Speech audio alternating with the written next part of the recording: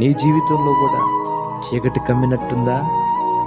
వెలుగుమయంగా ఉండాల్సిన నీ బ్రతుకు చీకటి మయంగా ఉన్నట్టు అనిపిస్తుందా? నీకు అర్థం కావట్లేదా? యేసయ్య వచ్చే సమయం ఇదని. మిట్ట మధ్యాహ్నం మబ్బులు గమ్మినాయి, గాలి బెగదీసింది అంటే ఏమొచ్చిద్దంటే మీరు వర్షం వచ్చిద్దని చెప్పారు. అట్లనే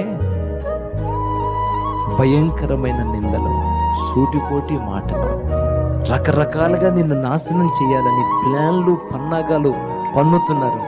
ఒక చట్రంలోకి నిన్ను తెచ్చేస్తున్నారు. చీకటి గమ్మింది, ఏం కనపడట్లేదా? నేను చెప్తున్నాను, యేసయ్య నీ జీవితంలోకి రాబోతున్నాడు, నీ పక్షాన ఉండబోతున్నాడు. సింహగర్జన చేసి, ఊరవ వంటి గర్జన చేసి నీ పక్షాన నా తండ్రి ఉండబోతున్నాడు.